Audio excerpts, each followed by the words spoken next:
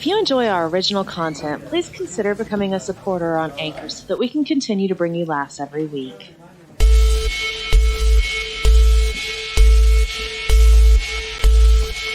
The following program may contain immature situations, themes, and is intended for an adult audience. The opinions expressed here do not necessarily reflect the views of everyone else working on the show.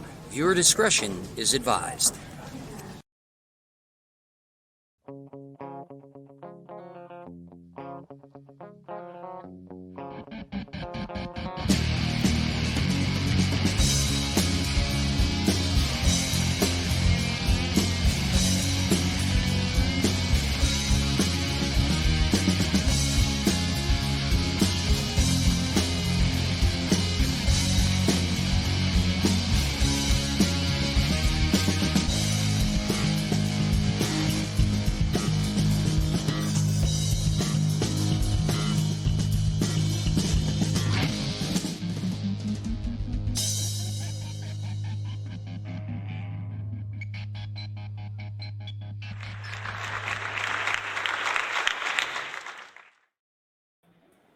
Okay, guys, welcome to the Danny McDermott Show. We're so glad you're back to watching us today. All right. We got a great show tonight.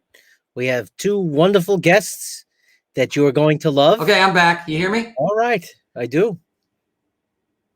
Hello? Yes, I can hear you. It's all right. We're pretty deep in this week's show before we have a little bit of a technological glitch. Am I back? Yes, your screen is frozen, but your voice is back. My screen is for, oh, God. That's okay. All right. Oh, that's why, because I'm on Wi-Fi. All right. I thought it was connected. This is the problem with I bought wires and I tried to get all this done right. And anyway. Am I moving at all or no? You are. Slight pixelation, but that's okay, Danny. You were born to be slightly pixelated. All right. Welcome to the Danny McDermott Show, guys. I've done everything I can. I don't know what's wrong, but hopefully we can get through this show without this insanity. You can hear me, right, Kevin? I can. Okay, good. And I can see you. Okay, good. All right. So it's Global Running Day, not to be confused with On the Lam Day. You're not actually running from people. It's all about exercise. I feel like it would be more popular if it referred to running water, showers, cleaning food, indoor toilets, not carrying buckets from a well. You see, okay, here's my ranking, Kevin. Running water is first, because there's no effort in that. Second is long distance running, because I have supernatural endurance, ladies. And third, sprinting, because it feels like I'm suffocating with a heart attack. It's also National Bubba Day. How do we celebrate Bubba? I mean, really, why would we celebrate a Bubba? Have you seen the teeth for sale at gas stations? I have. I'm not convinced Bubba has earned a day. It's also National Gun Violence Awareness Day. This is not how we celebrate Bubba, because this is actually how we anger Bubba. I'm not convinced. I don't think you can take your guns from us. That's my best Bubba impression. It's terrible. It's awful. No, it involves the teeth, Danny. That's half the battle. Right. You got to do this, man. All right. Anyway, National Rotisserie Chicken Day, which, Bubba would still be angry, but because it's delicious, he feels more secure with gravy, mashed potatoes, and corn. Bubba likes that stuff. Not beer, though, because Bubba can be a bit of a dick on alcohol. And it's also Yell Fudge at the Cobras in North America Day. Is this real? Yes. Yes, it is. This is real. Wow. Yes, it is. Yell Fudge at the Cobras. That sounds dangerous, number one. The Cobras in North America call it You Won't Believe These Jackasses Day. It's also National Rocky Road Day. We keep going back to Bubba, but Bubba would, because of that, he's now mildly irked and acknowledges that it's some extra marshmallow and cookie crumbles help with atonement. And finally, you know what? Finally, and this is the perfect one with all the glitches we're having. Leave the office early day. Leave the office early day. This should be every week. Hell, every day. Even when people are working from home, just leave early. In fact, I'm leaving right now. Great show, everyone. Oh, wait. We have guests. Sorry. All right. So our first guest, I'm very happy to have here today. And this is only our second guest that's actually in the studio with me. Very nice. She is an Instagram model and actress. She plans events for Hollywood A-listers, and she's in tons of music videos. Please welcome Kayler Ray. Holy cow. Do you believe I'm sitting next to this beautiful woman? Look at this. Welcome. Thank you. How you doing today? I'm doing well. How are you? I'm doing good. So this is my sidekick, Kevin. Hello, Hello, Kevin. Kayler. Nice to meet you. For some reason, I'm still in miniature, but that's okay. So how did you get into, now you're an Instagram star. How many followers do you have? 35,000. 35,000. Oops. 35,000. Now, when did you start modeling? I started modeling when I was 13 years old. 13 years old. Okay. Yes. And what did you do? What were you modeling back then? I actually started out in pageants. My first pageant was in Salt Lake City, Utah. It was a little local pageant, and that's how I bloomed. I started in the Salt Lake, and then I started in Miss Utah USA. Okay. I was 14, and then I did that till I was 16. So 3 years. Wow. And you told me when you were young, your family kind of made you feel awkward because you're beautiful. Yes, and I was very tall. I was extremely tall. I was 5'2" when I was 7 years old. Holy cow. Wow, that is tall. That's taller than Kevin is now. That's okay. Yes. So you were like the tallest kid in the class, right? Up till 10th grade. Yes. And what was that like? That must have been like. It was very awkward. It was a huge insecurity of mine. Yeah. And your family they made fun of your hair, your uncle did? Yep. My lips, my hair, my eyelashes. I have very long eyelashes. I actually cut them off in 6th grade. Did you really? Yes. That's crazy. Yep. I have long eyelashes too, see? Oh, they're very pretty. Trim them during the break. So now one of the things I want to talk about with both of you ladies, Natasha's coming on later. It's crazy how difficult it is for women who are beautiful to just even go out in public because guys just swarm you. Yes, you have to be aware all the time because you never know when you're going to be approached by a creeper. It's got to be difficult, right? It makes it hard to trust anybody, Very hard. So, and you do music videos. Yes. Tell us about that. I've been doing music videos for about 2 years, ever since I moved to LA. I mainly do hip hop, rap videos. Can you tell us whose videos you've done? I've been in G-Eazy's, Blueface, Rich the Kid. I've been in Quando Rondo's. I've been in quite a few rap videos. So. And you get invited to these parties all the time. Yes. You were just at Drake's party? Drake's award party, yes. Tell us about that. I've never been to a Drake's award. All right. It seems like we're at our first glitch. So let me take a moment to make a public service announcement. And I just want to let you know that the maximum number of times that you can allow a bear to hit you is 0. Back to you, Danny. Thank you, Kevin. Thank you. You're welcome. So tell us about a Drake party. I guarantee none of our followers have ever been to a Drake party. So tell us about that. What is it like? It's a lot of glam, a lot of fashion, a lot of people. A bunch of different celebrities. Like what celebrities were there? I saw Justin Bieber. I saw Megan Fox, MGK. I actually met Drake's dad. Really? Yes. What now you know some of these people. What is Justin Bieber like in person? What is he like? Can you tell me that? He's a spunky dude. He's very he's a very artistic person. Whatever he does, he's just very artistic in everything he does. When you talk to him, what do you guys talk about? Um I'm dying to know what does Bieber do? What is Bieber's small talk? Bieber's small talk is he talks a lot about God. Really? Say that. Yeah. Really? Is he Catholic, do you know, or Christian? Christian?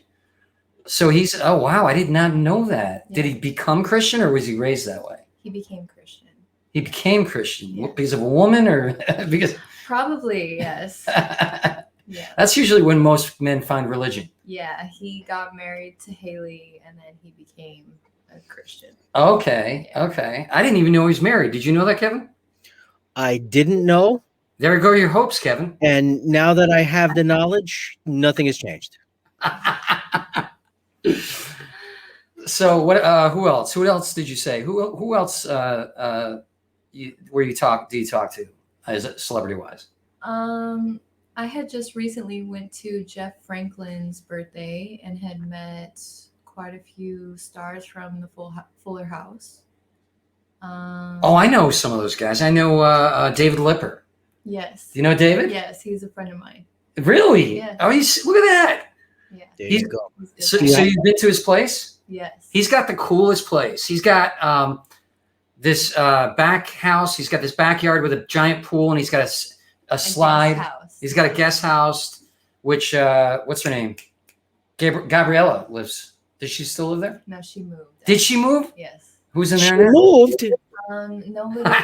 Nobody is there right now, actually. Kevin, we can move in. Nice. How's the internet? Hopefully better than this.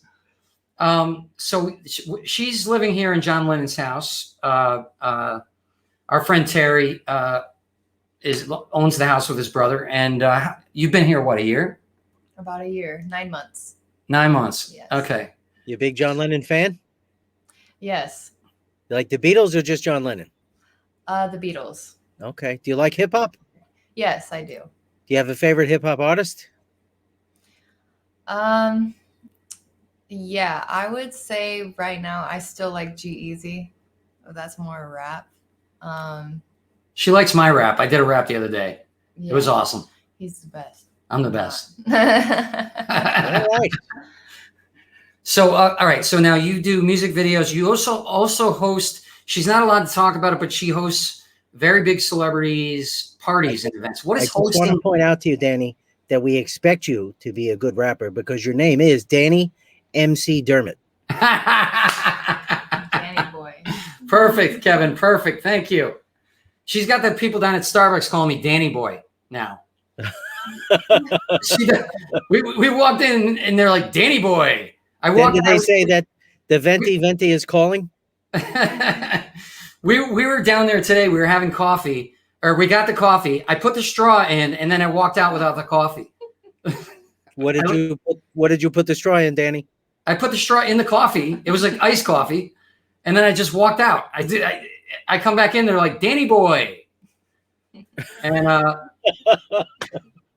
yeah, she's like famous at at the Starbucks down there. So she goes, Danny Boy, and now they all call me Danny Boy. So they love her down there. So, but she's got me doing these walks now to get me, because I'm fat because of COVID, and so we're doing these. See, what are those flights of stairs called again? The Adina stairs. They're the Adina stairs. And how many?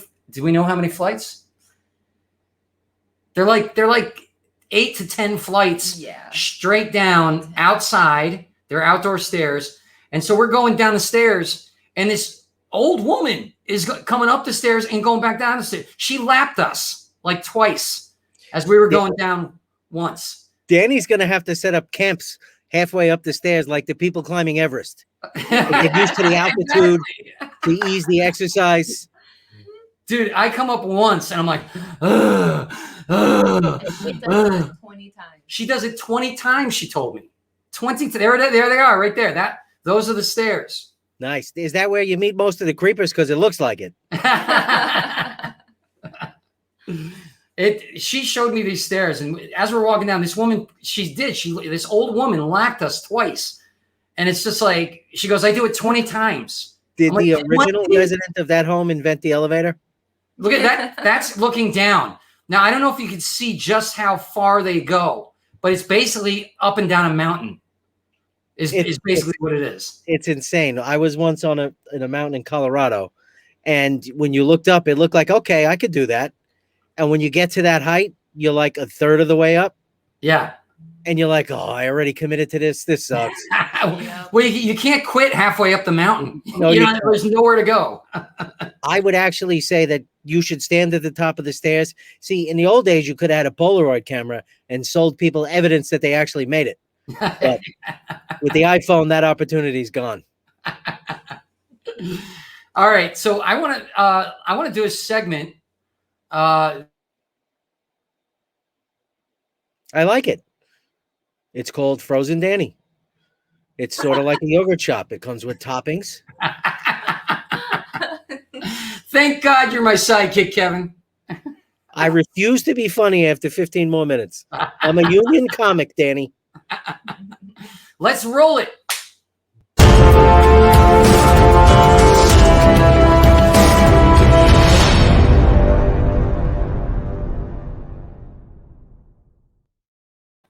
Failed movie titles. Now, a lot of people know movies as they are today. They know the titles, the famous movies, but they don't realize how many titles they went through before they found the real title, how many failed titles. And we're going to go through a few of them today. Number 1, Saturday Night Fever. Now, Saturday Night Fever is a very famous movie, but what people don't realize is the original title was a big failure. Douchebags and Dancing. I mean, one of his lines is like, hey, my hair. Why do you got to hit my hair? I spent a lot of time on this hair. He hit my hair. All right, next one. Brokeback Mountain. Now, that's a great title. That's a great title. A lot of people, it's a famous movie. It won awards. I don't think it would have won awards if it was named this. Romeo and Steve. Okay. First of all, there's no balcony. No. There's horses in a mountain. It just doesn't even make sense, Kevin. And those names never really intersected on a realistic timeline where people were named both Romeo and Steve. As cowboys, yeah. Yeah, Romeo Cowboy. No. Not going to work. Next one.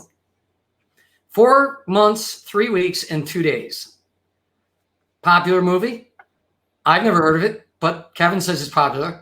It is. What's amazing about this is that just even a tweak could really mess up a movie. Like if it was named this: 7 months, 8 weeks, and 11 days. It's just, I don't feel connected to it anymore. I suspect somebody purchased the calendar and realized, hey, this name is all fucked up. Next one. A Star is Born. That movie was redone 3 times, and it was a success every single time. But it wouldn't have been a success if they had named it the original title they were thinking of, which is Don't Use Heroin. I don't know. That's a compelling story there. Yeah, but that's more like a public service announcement. It's not really a movie title. Well, it's the long version of the story. Next one. St. Elmo's Fire. Great movie with my friend Judd Nelson. Yes, I can say he's my semi-friend. He did my reading, and I text him, and he occasionally answers me back. That's a great name, right? And it was a great song. But it wouldn't have been as big of a success as it was if it was named this. The Breakfast Club later in the day with less likable people. It's pretty much what it was, though, right? No, that's just an accurate description of the movie. These guys, it's like after they graduated and became party animals and jerks. All right. And finally, the last one, Die Hard. One of my favorite movies of all time, right? Great movie. Yeah. It's a great movie. Beautiful title. It just draws you in. You know what I mean? But I don't think it would have been successful if it was called this. Definitely not a Christmas movie. That's a big hot button issue, whether or not you think it's a Christmas movie. It is a Christmas movie, but it is. I say it's a Christmas movie. Is it? I think so. I don't think it is. Really? I'll tell Are you a why. real man, Kevin? It's an action movie. And it is during Christmas, but a Christmas movie is sort of about that theme of Christmas and what Christmas means. And it's not. It's an action movie. Yes, but it is about a man trying to, stop terrorists on Christmas. Yeah, but then that's like, going to McDonald's for breakfast is a Christmas movie too, because it happens on December 25th. Like, to me, no, it's not a Christmas movie. It's a movie set during Christmas. That's. You know what I think, Kevin? I think when you were married, she made you think that way, because no other man that I know.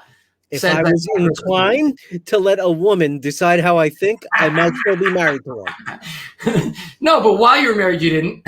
No, I did.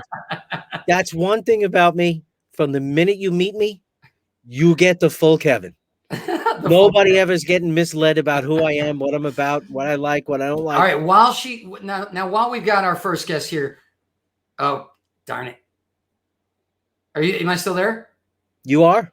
Okay, good. Don't doubt yourself like this, Danny. It's your show, damn it. While we have Kayler Ray here, I want to bring in who I feel could be a big sister to her and a mentor, and she's a wonderful human being. I love her so much. She starred in feature films, Playing with Dolls, Paranoid Activity 2, Death of Evil, Notes from the New World, and was a finalist in the Mrs. World pageant. Please welcome Natasha Blasick. Yay! Hi, everybody. How are you? Thank you. Well, I'm better now. Thank you for having me. I miss you. I miss you too. Good to see you. So good to see you. Congrats on the show. Thank you. Well, Jenny. You were on my first podcast, I think, years ago. I saw you on Facebook, and I liked your posts. I like who you seem to be. And do you remember? Yes, you came to my house. It was so much fun. Yeah. We had such a great time just talking. It was really a wonderful time. It was great. It was great. And that's where I met Martin, your husband. Yes. Mm-hmm. He lives here too. He's my husband after all. Hey, wait. What do you say? Die Hard, Christmas movie or no Christmas movie? Honestly, I don't even remember what is it about. What? I mean, that's my problem. I can watch the same movie 1,000 times. It's like every time is like a new movie to me. So I guess it was during the Christmas time, but I don't remember. I don't know. It's terrible. I'm so glad I wasn't drinking this when you said it, because I would have spit all over my computer. Okay, that's a vote for not a Christmas movie. No, it's not. No, it's not. You know what Christmas movie to me? I mean, Hallmark. I mean, I think Hallmark is like this, like not that good of the movie, like very sweet, kind of to the point of sickening. I mean, that's it's not about materialism. It's about your loved ones. That bullshit message. Yeah. Wait. Where's Martin? Where's Martin? I want to ask him. He's right here. Martin. Yeah. Yes. You're not gonna show up? Hello. Martin is a hand. You may have seen him in the Addams Family. That's funny. Thank you, Kevin. Wow. Oh my God. High praise. Thumb up or down? Christmas movie, thumb up. Not a Christmas movie, thumb down. Which one? Die Hard is a Christmas movie. Is it thumbs up? Yes. It's not a Christmas movie. Yes. Is it thumbs down?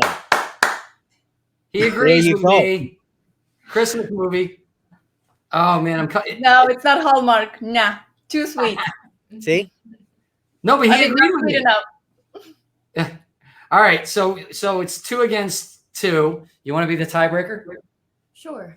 All right, what do you think? I have to say no.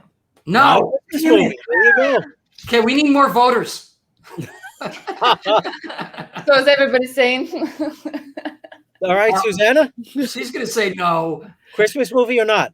So, according to his roast, when they roasted Bruce Willis on Comedy Central, he actually got on stage and said, "It is not a Christmas movie." Oh, There you go. oh So- man. You're Well, welcome. you know what? He's just a dumb actor. Somebody wrote those words. He He's doesn't a really hot mean that. actor. Anyway, so let's talk about where are you from originally, and tell our viewers where you're from and how you just let's start with that. Well, I'm originally from Odessa, Ukraine. My first language is Russian, so a lot of people now ask me if I'm Russian. No, I'm not Russian. I'm Ukrainian, and I flew here on airplane. That's how I got here. And you have a sister that came here too. Yes, she actually moved to US a year ago, and our parents just came here like a week and a half ago to visit us. So my mom is going to stay here for 5 months, and dad is going to stay for 3 months. So it's like really amazing time right now. It's like Very a nice. first time that we all on this side of the world, like the whole family. That's Oh amazing. wow! Congratulations. Thank you. I'm happy. I'm so happy about that. Do Well, you you're miss one of the anything? sweetest people I've ever met, so I'm very happy for you. You deserve it. Aw, Yeah. Thank you. I really appreciate it, Danny. Thank you. No, you're welcome. You're welcome. And now you got how many Instagram followers do you have now too? You have a lot too, right? Well, yeah. I mean, I think so. I mean, I 26.2, No, almost 0.3. no, it's 27. I looked at it. today. 27. Okay, Yeah. 27. Yes, I liked it another 1,000 times. Or another. Good, thank you. I'll take it. Thank you. Now, how did you do that? How did you get? I mean, obviously it's because you're beautiful, but I mean, did you work at it? Did you work at it or what? I mean, did you work to get your Instagram following up like that? I mean, I do, but it's like it feels weird. The more I work on it, it's like sometimes when you work so hard, it's actually the result is opposite. So sometimes you just put it something and you're just like, this thing people like, but sometimes you put it on, you edit it all, and it's just like, and nobody likes it. It's like, yeah. So it's both. I think it's like you definitely need to work on it because, I mean, I also have a show with my friend Kittens on the Couch. So it's like an influencer show. So obviously, in this extent, we put it like on a schedule. We reply to every comment. So that's work, definitely. Now, how did you? We were talking about this earlier. I want to get into more about your life, but one of the things that you have to deal with this too, as a beautiful woman. How do you deal with men coming up to you everywhere? Oh, it's so hard. Oh, I can't believe what a hard life I have. See, he carries a can of mace like everybody else. Is that? I mean, I think it's like it's a different people obviously come. And I think like before I was married, it's like the type of guy would come to me would be kind of more aggressive, like a jerk type. And and that's what I think. And wow, like to actually sometimes to meet different kind of person, maybe you have to approach the guy. So that's how I learned. But it's like, I think also it's a good icebreaker, different kind of people come to you. And I take it as a blessing. I mean, on the bad side, there are like really weird people come to me and I'm very sensitive to energies. So that's kind of tough for me to kind of, deal with that. But I mean, it's more pluses and minuses. So I'm not going to say like, I have such a tough life. No, I think it's, I mean, I feel like everything we've got is a blessing, so I'll take it. Come on over, people. I'm friendly. That's a good way to look at it. That's a good way to look at it. So what you're saying is she needs to get married, is what you're saying. No, I'm not saying that. I wasn't even sure that I'm a married type. Like, I didn't know that I'm a married type. I was like, oh my gosh. My old dreams were like, okay, when I'll meet a guy, I'll meet a guy. And then I was like thinking, like, you know, like you make these fairy tales, but I never had a fairy tale. What happens when you actually have a guy? So for me, it was definitely a process. Like, what is it like having a guy in your life? So, but now I find it's actually having your best friend with you. I find it's amazing. So, but you know, I mean, no rush to get married. Enjoy. I mean, I think. Am I cutting out or is she cutting out? I don't know. You're not cutting out, Natasha. Okay. You cut out for a second there. Okay, So good. what would you say is the key to domestic happiness? What makes a couple happy? Food. Somebody has to cook. I agree. Enough food. No, I'm not actually a big cook. Actually, Martin is a cook. See, but what somebody keeps has us happy, you know, when my sugar goes up and down, he's like, "You need to eat." So he brings me some food. So I think that keeps our happy life being happy. Like, I'm not so moody when I eat. So, but I mean, on a serious note, it's like just communication. I think, like, talk about whatever it is, just talk about it. All right. So you started out modeling. Yes. Right. Okay. Yes. And I mean, I loved it. I started modeling when I was a kid. Like, I think back in Ukraine, I modeled a lot. Then I started doing beauty pageants. So I did a bunch of beauty pageants. What else did I do? Then I moved here. So I started doing modeling here in LA. Then I started doing acting in LA. Then I started playing music in LA. So I tried it all. So I've but I enjoy modeling so much. There is something in me. Even I have a picture that I'm like, I don't know, 4. And I'm already having like I'm holding a cup and I'm wearing my mom's fur hat or something. And I'm already modeling. So there's something in me that I see camera. I just like cannot help myself.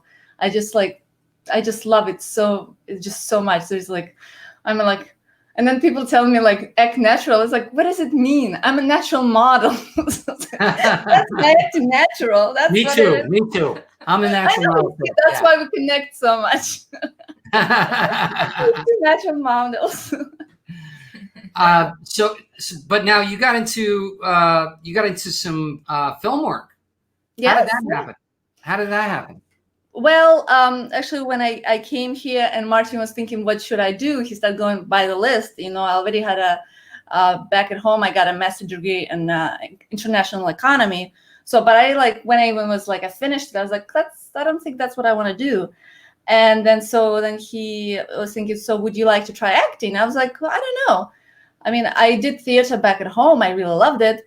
So then we got me on the set, and the first time I was there, I just loved it so much. I mean, I loved the schedule of the just waiting between scenes. I mean, it was not a waste of time for me. I actually felt like I finally have a purpose in life.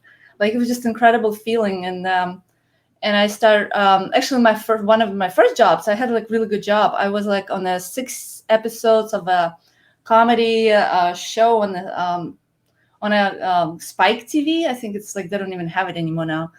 But I had so much fun. I would do like some kind of comedy sketches, and I had really fun relationship with directors. So we kind of would come up with materials, like almost like collaboration. It was just like my first job, and I had so much fun. So after that, I was like, I want to take it seriously. So then I started taking classes, and I took so many classes, I think, in LA, all kinds of techniques, kind of molding my own, trying to find out what do I like. And then it just, went from there. I feel like when I act, I'm so happy. It's like, it makes sense to me. I feel like I understand humanity. Like, I mean, the job of an actor is to portray humanity. I mean, I'm just very grateful that I have a chance to do that when I have a chance to do that. From our previous interviews, you have such a beautiful soul. I mean, when we were talking about children, I was interviewing you for that thing where we were trying to bring clean water to children all over the world, and you just started crying. It was just, I mean, you've got a beautiful soul. You've always struck me as a good person. That's why I've always been glad you're a friend. So Thank you. now you worked with Jamie you. Foxx. You worked with Jamie Foxx. Let's talk about that.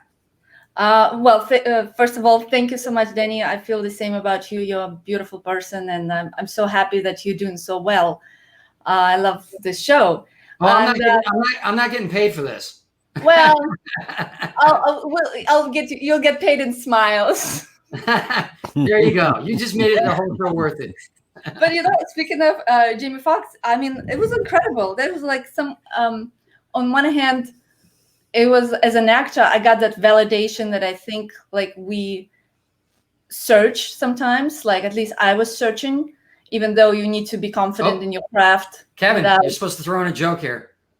This is your job, Kevin. It's your one job. Danny paid his internet bill with smiles this month. No, this isn't my internet this time. Oh no! What is mine? Yeah, it's okay. Oh no! Oh my gosh! It's just too much beauty going through the camera. Yes, definitely. It's just too much. The camera's having trouble breathing. Yes. It's too hot. I'm overheated. By the way, your camera's creepy. No,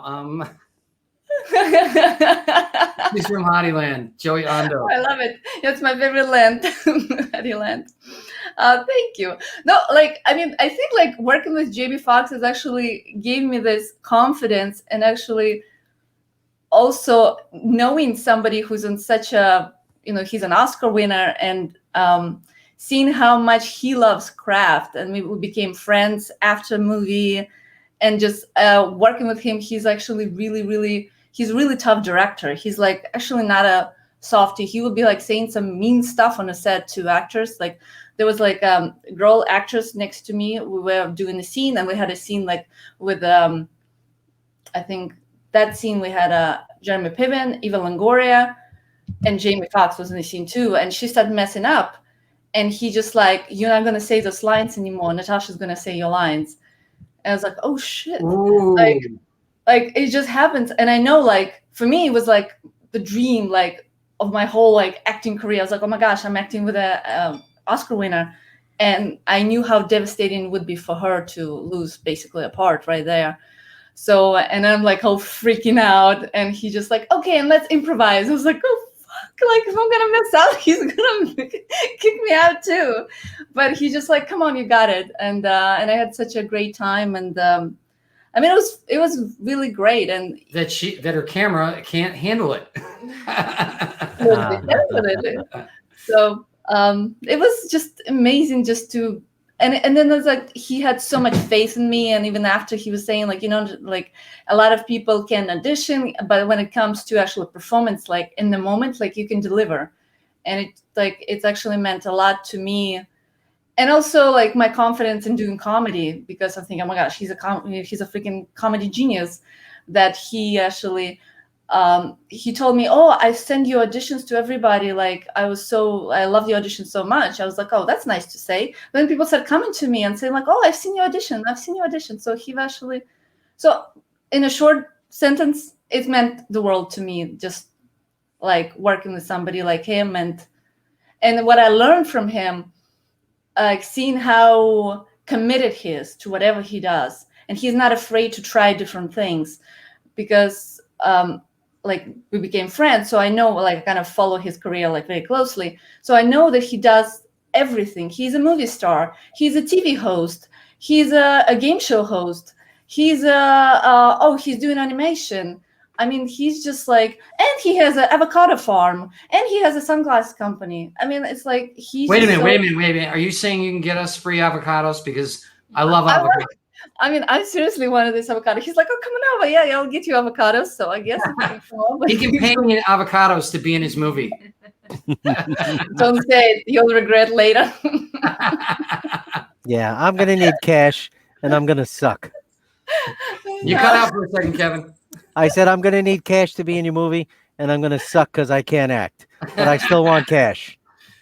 Well, better take cash and run then. In fact, we should do a movie all about avocados. So I know checks, cash. There you go. Oh, it's like a name, avocado for cash.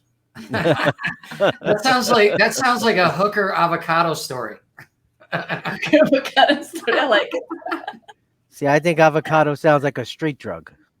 Kevin, I think you could play. Kevin, I think you could play the best avocado.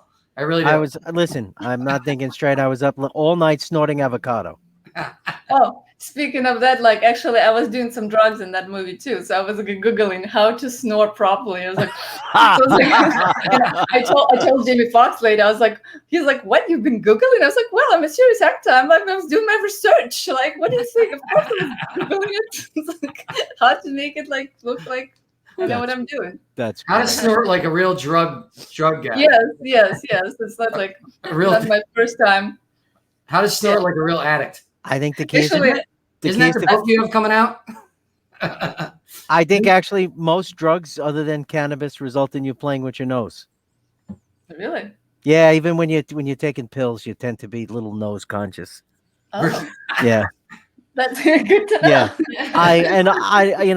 I was young once. That's how I know that. I love how she grabbed her nose just like you did. Because she's an actress, damn it, Danny. Method. Absolutely. You don't know. Maybe I'm on something now. I don't know that. Awesome. Actually, I've done so much drugs on TV. I think I've done like all kinds of things on TV. So I researched it all. So then, like on some TV show on Hulu one, I did like an injected guy with what do you inject people with heroin? Heroin? Yeah, heroin, yeah. So, and I was researching that too. I was like, how do you put the vein? Like, okay, maybe it's too far, but I'm really dedicated. Yeah, we don't want to inform heroin addicts how to do it. No. It sounds like you could use a TV role as a person in rehab. Yes. In rehab for avocados addiction. That's okay. Avocados. They sneak up on you. First it was one avocado a day, then it was 2. Now then I found myself behind the convenience store offering to perform bizarre acts on people for my avocado habit. All the avocado trees in the neighborhood were bare, stripped bare. All right, you see, we go off the rails sometimes. It's okay. Can we see your guitar? Can we see your guitar? Oh, guitar. Where is it? Yes, let me see. Look at that. It's right there. Nice. Ta-da! That is a one of a kind, right? It's not. Wait, you found a butterfly guitar? Well, it's a company called Daisy Rock, and they make instruments like looks like flowers and butterflies, but they don't produce this anymore. They don't produce butterflies anymore. So I guess now I'm unique. So kind of. You're always unique. Thank you. But my latest and the greatest job, actually, I did this job during the pandemic. I was on a Netflix show, Country Comfort, playing my bass guitar. And it was like, for me, it was like, Martin was a music coach on the show. So it was total nepotism that I got the job, but I was like very stressed. Well, that's how Kevin got the job on this show, so it's fine. Well, I think Gary Marshall was saying that nepotism belongs in entertainment industry. So I'm totally supporting this notion. So thank you, Danny, for having me. You're welcome. You're welcome. No, that's very valid. I was friends with Penny Marshall a little bit before the end there. Oh, I interviewed her. Yeah, I interviewed her for the same thing I interviewed you. Oh, wow. To bring clean water to children all over the world. She told me the most amazing stories about directing A League of Their Own. Mm. We were on the phone for 2 hours once. And that's amazing. Yeah. Well, you know how I met her? How? She said she became friends with my friend who was a fireman in New York City. They were best friends. And I said, how did you guys become best friends? She goes, well, I got to be friends with your fireman. I go, what are you talking about? She's like, they get there before anybody. They'll get there before the police. So you got to make friends with them. So that was one of her things. So it was pretty cool. I love her work. And when I went to hear her and Gary, like in Santa Monica, they were giving like a lecture. And I bought books, so I read her book and Gary's book. And actually, I really wanted, because I'm such a huge fan of Gary Marshall. I wanted him to sign my book, and I was like so scared. I was seriously like starstruck. And I have my book, and I was like, first time I come into him, and I was like, I just kind of come in. I just feel my tears start coming, rolling on. I was just so intimidated. So I just back up. Then I was like, okay, second time, I was like, I'm backing up. Then it's like third time, he's like, come in, you can come. It's not so scary. Oh, I thought you were going to say, I thought you were going to say the third time you threw up on him. Well, no, but I know somebody who did throw up on me once. So that's No way. Wait, what? Tell me, we got to hear this story. Oh my gosh! And he's okay. I'm not gonna say. Someone throw up I'm not gonna say the name, but. And she's frozen. she's trying to access the memory. No, it's like, unfortunately, I wish. Wait. You got to tell it over again because you were frozen. No, the memory is still there, but Okay. I actually ended up to work with this guy, and the movie's coming out soon. And yeah, so that's interesting. How did he throw up on you? We were at the I think Standard, like on the Sunset. Okay. And I mean, I knew him, so he just sitting and saying something, and I just bought my new shoes. And then he was so drunk, he just threw up in my shoes. My new shoes. And the sad part that he couldn't even remember the next day because he was so freaking drunk. So I couldn't even complain. I mean, to who? He owes you shoes, though. He owes you a new pair of shoes. Totally he owes No me question. shoes. I know, 2 pairs. It's like a. I was once on a ride at the fairgrounds. Oh, that's me and Penny Marshall up in the corner. Oh, that's so nice. Yeah. That's when I interviewed her in her bedroom, and she was just so cool. We were just sitting there. Well, it wasn't the interview. That was when we were just talking about the interview. Mm-hmm. And so we sat there and we discussed it, and she was so sweet. And it's so sad she's gone. But yeah. Back to throwing up. I was That's quite a segue, Danny. I know. I was on a ride. And apparently somebody puked on him. Yes. But he froze. But we will never know. Now you know now you know kind of the story. Okay, am I back? Yes, you're back. Okay. Yes. So it's one of those rides that spins, right? And he was my buddy. His name was Bill Day. I still remember it. And if he sees it, he can sue me because I don't make any money on this show. But it's going around, and I see him. He goes, "I'm feeling sick." I'm like, "Oh God." I'm praying for the ride to stop. You know what I mean? And it stops, and just in time. And I'm like, "Thank God!" I'm getting out, and he pukes right in the back of my leg. Oh no! Yeah, it was. And I had shorts on, so it was not fun. Oh yeah. So gross. That's a tough. Puking up. That's a tough spot to wash in the amusement park sink, too. Yeah, but I mean, I think you bonded forever now. No, we're not friends anymore. No, I know. It wasn't because of that. We just drifted apart after the puking incident. Oh, sorry. I'm teasing. So tell us about your band. My band. Well, my band is the best band in the world for me. My band it's actually something that like acting, I have so much expectations, and I have some kind of like, I know my craft, like I have like I'm gonna go and get it. But with music, it's kind of happened so easy. I was playing piano when I was a kid, but then Martin is a composer and songwriter, and he just like was saying like, oh, I miss playing music that just playing out like in clubs and stuff. And then he wrote all the songs for our band like really easy on the bass. So it's like really easy progressions on the bass, and I learned it basically in like I think in 10 days. He booked the show, and he wrote the songs.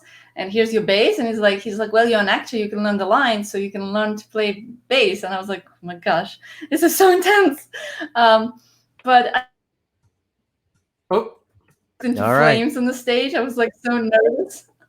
But I loved it. I really loved it. It was just so fun because like I just don't have any expectations. Like I know that I'm terrible, so I have nothing to lose. But I'm just gonna have so much fun doing this. And it's just we started doing more and more, and it became like I mean, absolutely love it. And the songs that he wrote is something that we're both passionate about. It's about environment and UFOs because I've seen a UFO. So it's like a really kind of like a fun thing we do together. Tell And me about What? the UFO. I'm very interested in the I was gonna say UFO. the same thing. We got to know about the UFO. Well. Now it's finally. I just want to know: did the aliens look like Kevin? No, and there was no anal probe. That rumor's a lie. I will not. I will not deny or. But I enjoyed it. I like it. Some don't knock it until you try it. There you go. No, I mean now it's like it's kind of fun that kind of in more and more on mainstream media we talk about UFOs, so that's kind of fun. But when I saw it, I was with my dad back in Ukraine, and the whatever I saw, the ship, the probe, I think it was a probe because it was a smaller thingy. It came really close, like I could actually touch it if I would stretch my arm. What? Like, that was that close. And we walked with my dad through the open space, like it was a market in the daytime, but at night it was empty space. And I saw it look like a star, just a fallen star. Something was very shiny and moving towards us very, very like fast and, directly at us. And that's why we started looking at it. And then it just came closer. I saw it was like in the shape of a cigar, a cigar shape, like kind of, it's not big. So like, I don't know. So many jokes I want to say about Kevin right now. No, they're Bill Clinton jokes, Danny. They're Bill Clinton jokes now. Come on, tell us a joke. No, that's too dated, Kevin. That's too dated. No, never too dated. So let me ask you, Natasha, do you miss anything from your childhood? Is there anything from the Ukraine that you wish you could like indulge in right now, whether it's a place, a food, or a cultural event? Well, because I just spent time with my parents, I feel like I've got everything that I want here. I mean, it's not like things, it's people. So I don't know. I just seen them like 2 days ago, and I had the best time. I felt like I was a child again. We were laughing. We were like, and we were here, so it's not in environment actually at the end of the day. It's just us being together. That's what mattered to me. So I mean, obviously I probably would like to go back and just even walk around. Sometimes I dream about just walking around the city, and introducing me and Kevin to beautiful Russian women. Ukrainian. Sorry, Ukrainian. What was the biggest shock about moving to America? We know she's sensitive with that now, Kevin. Yes, I'm not the one who said Russian, Danny. I said Ukrainian, and I said back home. See, very simple. Sorry, I got ADHD, Natasha. You know that. That's okay. Yes, So, Natasha, again, was there anything about America that surprised you? Anything about it that you found difficult to adjust to? Anything you found weird? Like, what was the experience like of arriving here? Yeah, I mean, a lot of things. Like, it's very little. It's very subtle things that I think it's once you start going through the process, you start like seeing them, like how different it is. Like my sister's going through that now, and I see like, and I remember I was like, yeah, those, like, like even the relationship between men and women, it's very the culture is very misogynist culture. So it's in Russia. I mean, it's in the Ukraine. Yeah, it's more so. I mean, even though it's much more progressive than Russia, I would say, but still, it's there feminism would sound like an insult or something. I was like, what's wrong when it's like women actually we have some rights to say what we think. There's nothing like bad about this as far as I see on this side. So stuff like that, like I've been trying to convince Danny of that for years. What? Wait a minute. Hold on, Kevin. Don't start making me a misogynist. What are you talking about? I have these two lovely ladies on the show today because I think they're amazing human beings. And I was the one that pointed out it's tough for them to deal with like creepers like you. see, he's here mansplaining to us. Oh my god. Kevin, when did you become a feminist? Holy cow. I did About not know. about 10 minutes ago. I took a That pill was earlier. a question. It's kicking in now, so it's That good. was a question on the employment thing that you filled out to get on the show. What you weren't a feminist before. I lied through that whole thing, Danny. I told you I was funny. You don't realize those answers were all bullshit? Well, now I do. You're fired again, by the way. All right. It's like me going to vegan events, and I went to couple, and I was like, "So you're vegan?" I was like, "Yes, yes." I was thinking the whole day today. You know what's funny? I was vegan for a while, and I got in this argument online with this woman who's like, I wasn't like one of those vegans who's like, everybody has to be a vegan. But this one woman's like, she's like, I hate hunters, and I'm like, really? Do you shop at the supermarket? She goes, well, yeah. I go, well, then you're worse than any hunter because you're you know what I mean? You're buying meat from the animal holocaust kind of thing, right? And then her friend got on who was a vegan. She goes, I've been a vegan for 20 years. You haven't even saved a whole cow yet. I was like, really? I'm trying to support veganism and you're insulting me because I haven't been a vegan long enough to save a cow. Right? Unless you used to eat cow asshole and lips, you have not saved the whole cow either. Just part. Kevin, that's brilliant. Thank you. That is great. I'm using that on stage next week. I have a whole vegan routine. All right. I do. Definitely have to use this material. Let me ask you this. Can a vegan still have a beef with someone? I'm sorry. That was terrible. That was good. Are you a vegan? You're not a vegan, though, right? Huh? You're not a vegan, though. No, but even though, I think, I admire the idea behind it, but I just think, I'm still not vegan. It's okay. It's okay. We're not a vegan show. It's fine. I think most vegetarians and vegans are bacon envious, at the very least. At the very least. Yeah. Well, probably, yeah. But you know what? I don't eat piglets anymore. I don't eat pigs. So it's all started from the petting zoo. I went to a petting zoo and they gave me this little, there's a little piglets. And I was like, can I pick it up? And it's like, they said, sure, pick it up. So I pick up this little piglet and it's like, he's struggling. He's really afraid of me. And I put on my shoulder, I started petting. And I was like, and then it's suddenly he just kind of relaxed and trusted me. And I was like, oh my gosh, I can't eat any more piggies. So ever since then, I don't eat piggies anymore. I was like, the piggy trusted me. Right. No more piglets. Well, you know what you got to do? You got to go to a farm and pick up a cow. I know that I don't have no cow to eat too. No. Oh, then you'll be a chiropractic aficionado. What? You'll hurt your back if you attempt to pick up a cow. Oh, I thought you were making a play saying a chiropractic. Chiropractic. No, I told you I wasn't going to be funny, but I didn't say I was going to make that type of shit joke.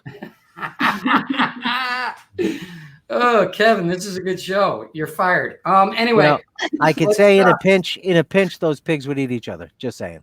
So wait, you're pinching pigs now, Kevin? I think pigs do resort to cannibalism. Really? Do they? Yeah, they do. I think they do. Yeah. Well, most animals do. Most animals are loyal to a point. Well, cats are not. Cats love you no matter what. But if you die, they're eating you. 100%. Well, yeah. Unless you have a dispenser timed to feed them, you become dinner. Yeah, I think cats are food motivated. More than cats give love too. They really do. Yeah. No, I love cats. I do love cats. No, they're cute and cuddly. But if you took the brain of a cat and put it in a human, you'd have a serial killer. That's okay though. Kevin likes it. Listen, I still want to put the brain of a dolphin in a human. I still want to see what happens. That would be very smart human then. Yes. Right? No, I think it would have some of the humans. I think it would have a bulgy head and it would be awkward. Oh, you know what? I've been Yes. watching Star Trek Voyager, and it's nothing but like weird head shapes and like weird faces. So I'm totally now for it. Like, mixed dolphin and a human. That's gonna be a good one. Right? Wouldn't it be cool? They've got a brain that's like so much bigger than ours. It's but they don't have any thumbs or hands or anything. So they didn't develop. They developed a different way than us. I'm predicting that they would have an extraordinarily difficult time buying pants. But you see how much money they would save? Well, it depends. If you got to get your clothes all custom made, that shit's not cheap. Well, or they can be nudists. I don't know. I don't know if I'd want to see the blowhole, but dolphins have blowholes.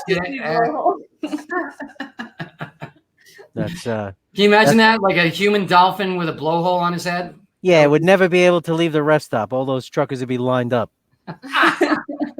Oh, Kevin, that's not where we were going. Then you would be interviewing that species and say, "So you're so beautiful. What is it like to go outside? Does everybody wants to see a blowhole?" And I thought it was tough for you, beautiful women. Yeah, wait for the mix with a dolphin. That blowhole cam is busy all day long. You gotta give him a blowhole oscopy.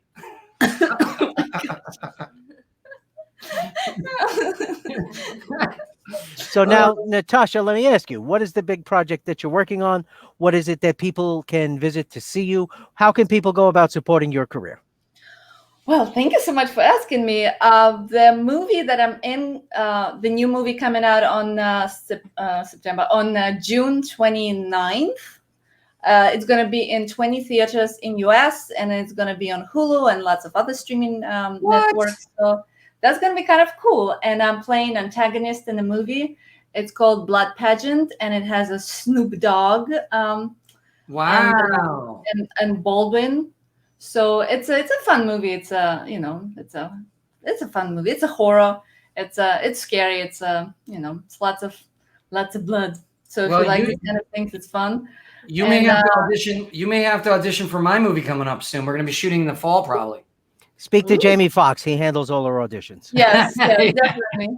He's handling my stuff. Yes. Wait, now one more thing.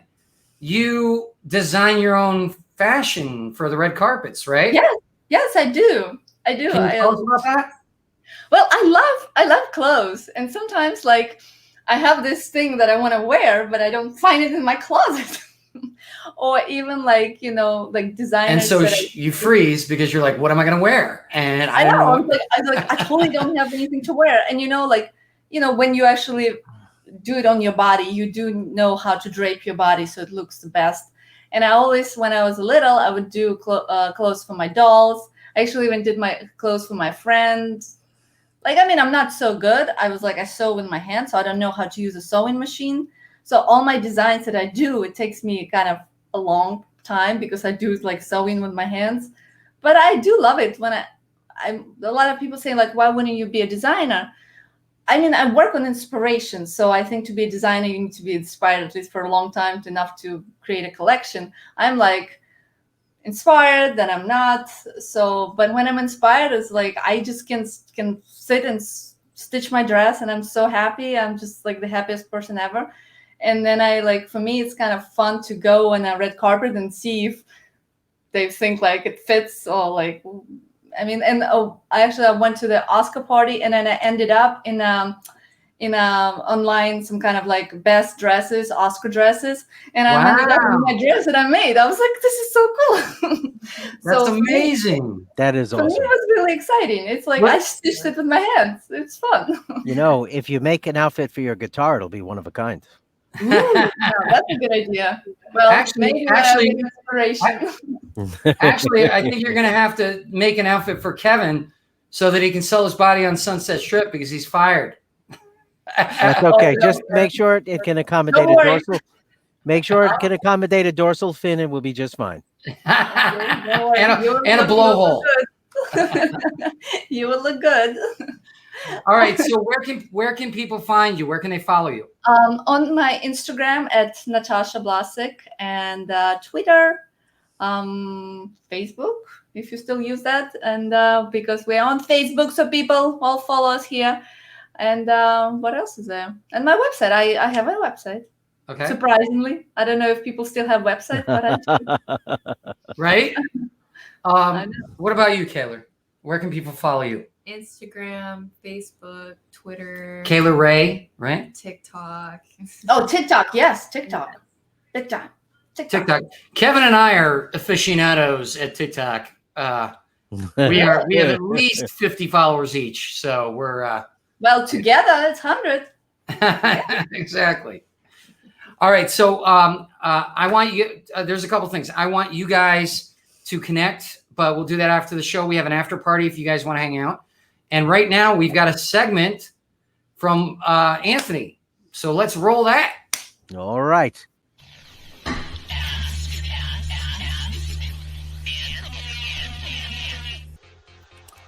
What are some movies that bring you home?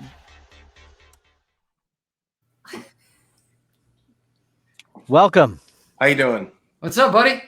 You know, I think the proper answer is Stuber. You ever see that movie? That's the right choice. That would be the right title to bring you home. What is that, Stuber? Guy, I fucking knew it was gonna like.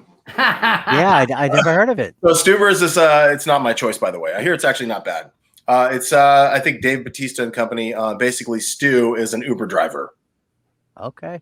So that's the appropriate movie that would bring you home. There you go. Taxi Driver. Also another one. Taxi fucking driver. That's more my sensibilities anyway. Jokes aside, dad jokes aside, how's everyone doing? Awesome. Killer. No complaints. I just had my blowhole cleaned. You certainly did. And so did Danny. I'm feeling good. It had a lot of shit in it. A lot of weird stuff. I gotta quickly say, Natasha, I actually worked on a Gary Marshall produced short film. It was a Jessica Biel short film as well, back in like 2005. So I was able to meet him briefly. Super cool cat. So there you go. Nice. Congratulations. Yeah, it was awesome. I just ran crew, and they were just. I think Jessica Biel was trying to like up her production company at the time, so she made a short film. Everybody's having problems today. So it's not just me; it's the world internet. Am I frozen? Not you according. For a second, yeah. Not according to my screen. Oh, really? No, that's all you, bro. Back to you, Danny. It was probably me. That's okay. That's very cool. Yeah, it was awesome. Yeah. You know, just yeah, sounds like a really fun project. Yeah. So it's called Hole in the Paper Sky. In fact, it was starring Jason Clarke, who went on to do like Planet of the Apes. You know, like he's an Australian like lead actor. So I'm sure you've seen his face in a shit ton of films. Yeah. As I said, so home films that bring you home, besides Stuber, which fell on deaf ears, understandably. Let's get into it. I don't want to I should tell you. Let's take that off real quick. So I actually I'm painting the video store black. I like it. This is the only part that's gray. Everything else is going super black. So yeah, it's been hardcore here at Monday's Video. I'm colorblind. It all looks the same color to me. How dare you? I'm colorblind. What can I do? Same, but different. All right, movies bring you home. E.T. Excuse me, Danny? Danny is frozen again. That's okay. So here's the deal. Any movie I throw out, if you haven't seen it, no big deal. Check it out. They're fucking awesome. Most people have seen E.T., and if you haven't, it's totally cool. This is actually probably my first horror experience. I think I saw it when I was 5 in the theater, front row. And so when Elliot discovers the alien in his backyard that had landed from outer space, and they first meet, it's literally a jump scare. And I was 5, so it kind of fueled my love for horror. But they shot it in the Valley. I grew up in the San Fernando Valley of LA, and they shot it in actually Tahunga. So that house still exists. It's on Del Rios Avenue. Check it out. In fact, if anybody's interested in doing like film location tours, put this on your tour. This shit's rad. You can find all this shit on, the internet. If I had the capital, I would buy this house in a second. But so anytime I watch E.T., it's such a Valley-based film. It's always like fun to revisit, and it's just fucking good. So moving forward. I thought you were going to tell us you really like Reese's Pieces. Oddly enough, I think they reached out to the Mars company, Mars Bars, and they're like, "Nah, we're not interested." And this is like when Steven Spielberg, this is post Jaws, so like, "Nah, we're not interested." Dude, Reese's was like, "Of course, dude, we love Spielberg." Boom, their shit eclipsed Mars sales like forevermore. So there's just that. So when Spielberg hits you up for a candy bar, you say, "Yeah, that's a life lesson." Right, exactly. So after this movie that I talk about for that movie, my camera cues are always fucked. You guys know this. After this movie that I talk about, I want to like jump around and ask what movies bring you home, make you feel like you're kind of back as a kid and hometown, whatever the fuck. Part of my language. It's okay. I'm kind of a sailor without being a sailor. So Goonies was a huge deal for me. And I think I talked about this on another segment. It was a kids segment, and I was actually very PG with my language, so it was good. But most people have seen Goonies. If you haven't, it's totally rad. It's not the kind of movie you want to fold laundry to. You want to hang out and just enjoy it and just get immersed. It's an awesome movie. Yeah. And that's Josh Brolin, who's gone on to like Jesus criminy. I never do it right. There it is. One of these days, Kevin, you and I should have like camera cue. Yeah, it's just whatever. I'm like super right brained. I don't know. No. Okay, I point to the left. Did I point to the left or the right? So has anybody seen the Goonies? I mean, I know like Danny has, and Kevin? I've not. You're not. No. Wow. The third act's a little messy. Jump in. What do you think? It's a great movie. I mean, the end. Period. By the way, instead of saying the end, remember Time Crafters, our guest Craig Albrecht, his movie Time Crafters is The Goonies meets Back to the Future. So make sure you check that out. It just came out. So I like to plug my friends' stuff. 100%. And any movies that are made in like that kind of like that, ingredients or vein or chemistry vein, it's great. If that's like kind of like the lifeblood is it me? Sure, that's good. It's not me. It makes you want to go on a treasure hunt. What do you mean? Is it you? Nothing. He's talking about the internet. Am I good for everybody else? You're freezing for me too. I mean, am I good for you? I got fucking turbo here. No, you're doing fine. You're smooth like a Persian rug. You have not glitched or anything else on my computer. You're doing fine. Anyway, basically like these. rug. So check it out. So this movie came out in '85. It's Steven Spielberg film, another Spielberg film. And a bunch of kids are being their parents are being foreclosed on. They call themselves the Goonies because they live in the Goondocks of like Astoria, Oregon, right off the bay. And they happen upon a treasure map. Long story short, they follow the treasure map. They go underground. There's booby traps left and right. There's camaraderie left and right. There's curse words left and right. It's super fun. And this is where I finally, next to Never Ending Story, and I mentioned this before in the other segment. It's where film language and music language kind of came together for me. It was Cyndi Lauper's "Good Enough," which is a song in the movie. Oh yeah, and it's a scene where it's like it's a crane shot, so the camera's going up, following the kids going down this long. They're on their bikes going down this long driveway off Douglas Avenue. I've been to the house like 4 times at this point. And so the camera like just raises up, and you see all these power lines, and it's just like the coolest like immersion or intersection of like music and film. And so for me, as at the time 8-year-old, I was like, holy fuck, this is awesome. Like this was like, not to bring it back to your heroin story, but this was heroin to me. Yeah. That's an 8-year-old. But so if you haven't seen it, it's super rad, it's super fun. There's not a mean bone in its body moving forward. But Kevin, you know what? Since we are on Back to the Future, let's just bang this one out. All right. This is badass. And I gotta say, there you go. How weird is that? How weird is that I just said his movie was Goonies meets Back to the Future, and you just happen to have those 2 movies right in a row on your segment? That's crazy. If it was anybody but me, it'd be weird as fuck. Being that it's me, I've gotta stream Time Crafters or theater review. I'll check it out. Back when I was broke, dude. Back when I was broke in New York City, I had nothing but a VCR, and I didn't have cable. I didn't have anything. I had that movie, and I must have watched it hundreds of times because I didn't have anything else. I'd come home and I had nothing else to watch. It could be worse because you peaked with that movie. In fact, It's funny you brought that up. My dad and I were notorious movie hoppers back in the day. Like I grew up in the 80s. I was a kid in the 80s, clearly. And so we saw, aside from the hopping aspect of it, my dad and I saw Goonies in the theater probably 10 times and Back to the Future 11 times. Like, that's how we kind of bonded. I mean, clearly there's something going on here around me, you know.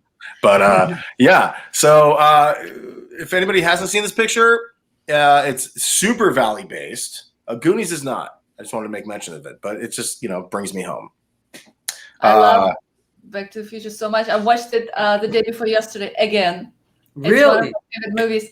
I watched it, I think, I don't know, maybe 50 times. Like, nice. Like, this is my movie to see when I'm just at home and I'm alone. I just love it. Oh, it's a perfect film. It's a perfect film. It is. And if anybody has, please. And they filmed almost the entire thing with Eric Stoltz first.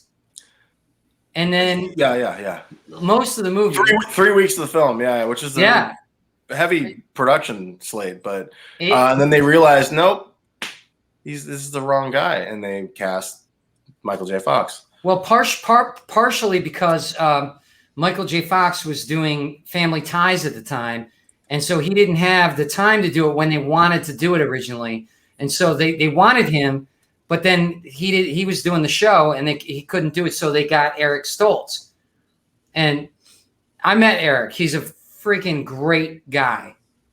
But yeah, that's one of the reasons but then he became free and they were filming it and they realized that Eric he's a great actor, but he wasn't the comedic style. The tone was off. Yeah. And there was something that it just wasn't gelling. And I got to say, it saved the fucking picture. Yep. 100%.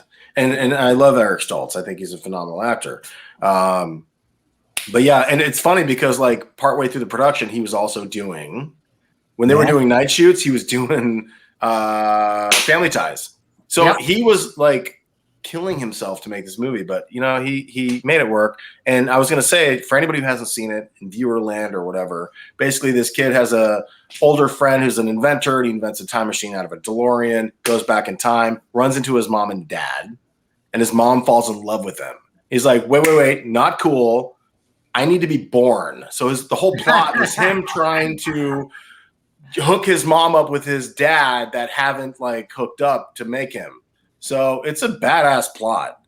And there's 3 of these bad boys, and may there only be these 3. That's just my, you know. Maybe in 100 years, you know, you can remake it. But right now, just re-release it if you want to.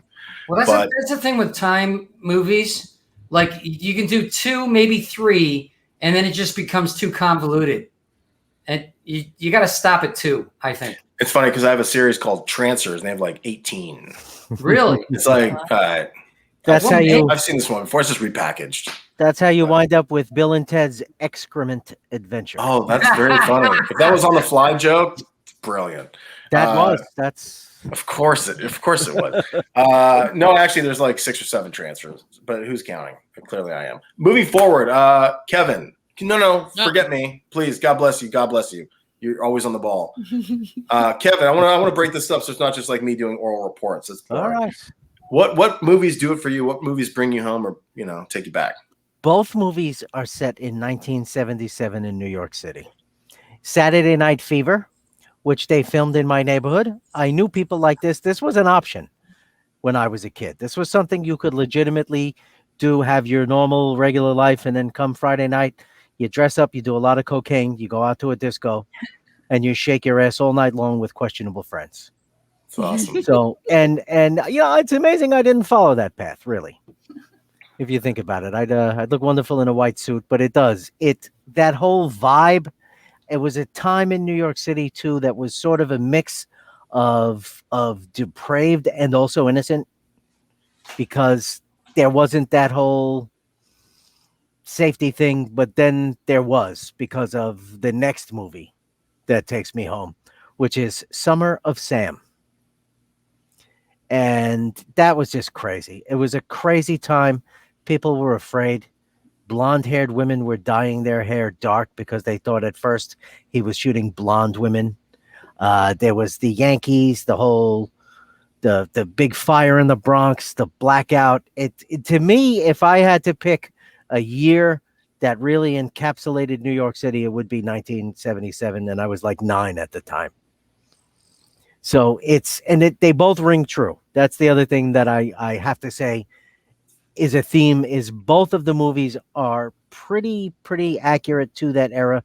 There's always going to be a little bit of license when you're making a movie, but at no time when watching either of these movies am I like, that's just bullshit, because it was all pretty rooted in reality, including at the time Saturday Night Fever had the record for the most curse words in a movie, and everyone from Brooklyn was foul-mouthed.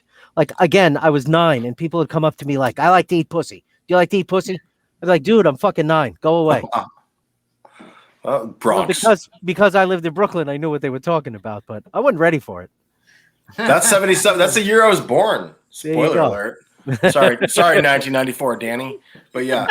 But yeah. 77. So, man, if only I grew up in New York. I grew up in the other coast. I gotta check out Summer of Sam again. I feel like I've seen it, but it escapes me. So yeah, very true to the era. It really is. Killer, right on. Let's do one quick one for me, and then we'll move forward. Murphy's Romance. Anybody? So this one was like my mom's favorite. When I was a kid, I was like, "F this movie. Why would I watch this?" I like Back to the Future and stupid shit. Not that Back to the Future is stupid, but other stupid shit. And so I finally watched it with her. It's Sally Field and James Garner, and both phenomenal actors. So I'm watching it with my mom. I'm like, whatever. And, we're hanging out. And there's a scene where they all go to a theater and then they watch a scene. And it's Friday the 13th, part 3. And I'm like, oh, this is awesome. It actually shows a scene from Friday the 13th, part 3. Wow. Where like somebody gets like super brutally murdered. And I'm like, wow, I'm 8. Because my horror bug has started, right? So, excuse me. So I'm like, this is a fantastic. You like that, Danny? I'm drinking Truly, which is like the GoBots of White Claw. Yeah. We're gonna get a sponsorship from them and just say it'll keep your gut down, but you're gonna burp a lot. You're gonna burp a lot. So it's a good thing I'm not using the mic version. It would have been like 3D audio style. It was great, dude. That's the first burp on the show that was that audible. Well, I'm drinking Truly. So, it's funny because when I was drinking White Claw in the last episode, you kept saying like, "Oh, it's very gassy." I'm like, I don't see it. I think Truly might have eclipsed White Claw in terms of air. If nothing else, this is a head start toward getting Wendy Williams to sponsor us. Oh, yeah. I'm definitely I can say I'm losing our guests. So anyway, moving forward. So I started watching Murphy's Romance with my mom because it was like one of her favorites, and I gotta say it's grown on me. Like I've to this day. I've purchased production used notes, call sheets. Like I've got all these things, and just because it's kind of like me capturing, because I'm a super movie cinephile, as you can see. But it's like me capturing like that fun time that I was hanging out with my mom. I mean, there's other fun times. My dad and I were more like the movie buddies. My mom and I have a couple movies maybe, and Murphy's Romance is one of them. It's basically Corey Haim's almost first film, by the way. Oh, wow. He plays Sally Field's son. And she has a kind of a string of bad luck. She ends up in Arizona and she opens a ranch. She's like a horse boarder. And she runs into James Garner, who runs a pharmacy. And he's like the town's most eligible bachelor. And at this point, spoiler alert, I don't want to do it too much. He's a little older than she. Okay. And that's kind of like the guessing game in the movie, like how old are you? So anyway, long story short, it's a hell of a picture, totally holds up. Check it out. By the way, Murphy is James Garner in the film. It's not Sally Fields. So let's move forward. Anybody? What's the next? Is it me? Is it somebody else? Otherwise, I'll ask Natasha. What's up? So, okay, I'll tell my movie, because then I heard the question. I was like, the first movie came to my mind, and it's like I will say like American movies, because I mean, obviously I had some movies that I like watched then as a kid, but Bloodsport. I mean, it's like that's what I mean, back in Ukraine, we were like watching lots of American action movies, And I absolutely actually loved that movie. And then years later, I worked with Jean-Claude Van Damme on a TV show, Jean-Claude Van Johnson. And I was like, I came to him, I was like, oh my gosh, I absolutely love Bloodsport. This is like a movie of my childhood. He's like, this is a terrible movie. Oh no! I saw you on his show. I saw you on his show. Really? I think I messaged you when I saw you on the show. Yeah. Oh yes. You made my day. Are you kidding me? Yes. I remember that. Because yeah, I mean, for me it was like such a big deal. I mean, he's like, seriously, I absolutely loved the movie. And I watched it after that, after the show. I was like, is that bad? It's like, so I watched it again to make sure that it's not so bad. I mean, I still like it. I think it's a great movie. I really do. I loved it too. I agree with you. Yes, and he has such a sweetness about him. He's just so sweet. Yeah. And I mean, in this show that we worked on, I mean, he's a great actor. Actually, he surprised me what a great actor he is on the show. Yeah. But the character is kind of more, like smarter. But what's beautiful about Bloodsport, his character is so open to the world and just so straightforward. Like, it's just, there's something so beautiful about it. And there's a lot of fights. Killer. Yeah, Bloodsport's great. Thumbs up. Yeah. In fact, he's pretty active on his Instagram. He goes live quite a bit. Oh, so, yeah. Yeah. Really look, I'm gonna jump ahead because we actually have a special guest. Yes, we do. This is actually my last pick, and it's not in any means in particular order, but because of time, I don't want to keep this guest waiting. Halloween, which was just flashed and taken back. There we go. Halloween, for somebody who grew up in the Valley and who's a horror fan, and who also made short film knockoffs of this with a mask in front of a camera lens, like a camcorder, as I stalked my house or stalked my sister's bedroom lights. Okay. Unbeknownst to her that I'm shooting this short film. It's one of the most atmospheric pictures ever. Halloween, shot in Old Town Pasadena, aka Haddonfield, Illinois. So yeah, I just want to say, dude, Halloween's badass, and I believe we have a guest. Is that correct? We do. From the movie. We do. We have Michael Myers' sister, Judith Myers, Sandy Johnson. Hey, Sandy, thanks for coming. Hello. Pardon my language. How are you? Hey. Yeah. Love your work. Love your work. Keeping Love me your work. awake. It's past my bedtime. I'm with you. Huge fan. I got too many of these to count. Too many of these. But it's one of the most atmospheric pictures I've ever seen. And it's a testament to Carpenter, clearly, and the director of photography, which was it Kundi? It might have been. It's a beautiful picture. In fact, any Carpenter movie, like The Fog, is just gorgeous. And when I think of a movie that brings me back home, it's absolutely horror-wise, which is one of the most perfect pictures of all time, in my opinion, is Halloween, hands down. So I appreciate you even being here for me to hear some random guy say, I love it.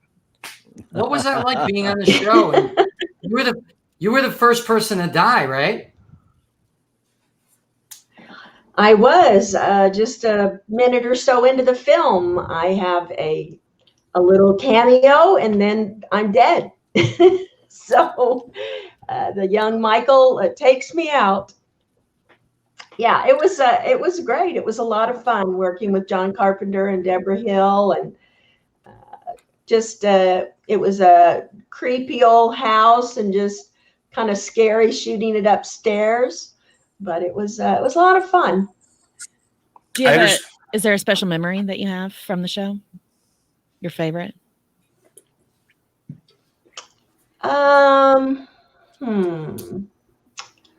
Probably the scene on the couch with my boyfriend.